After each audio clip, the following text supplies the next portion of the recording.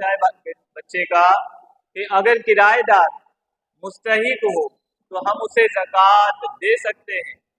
देखिए ये वाकई काबिल गौर है। हम कहते हैं यार सफ़ेद पोश इंसान की मदद करेंगे। सफ़ेद पोश हमारे इमाम साहब भी हैं, हमारे मौज़िन भी हैं, ये हमें सफ़ेद पोश नज़र क्यों नहीं आते? क्या इनके लिए सफ़ेद पोश होने का अलग मयार है? ये किस तरह की ज़िंदगी गुजार रहे हैं, किस तरह का मयार है, हर एक बंदा जानता है। लेकिन हम बेवकूफ़ लोग हैं, हम सफ़ेद पोश को बाहर ढूंढने जा रहे हैं। हमारे खुद के रिश्तेदार सफ़ेद पोश होते हैं, हम उनकी मदद नहीं करते।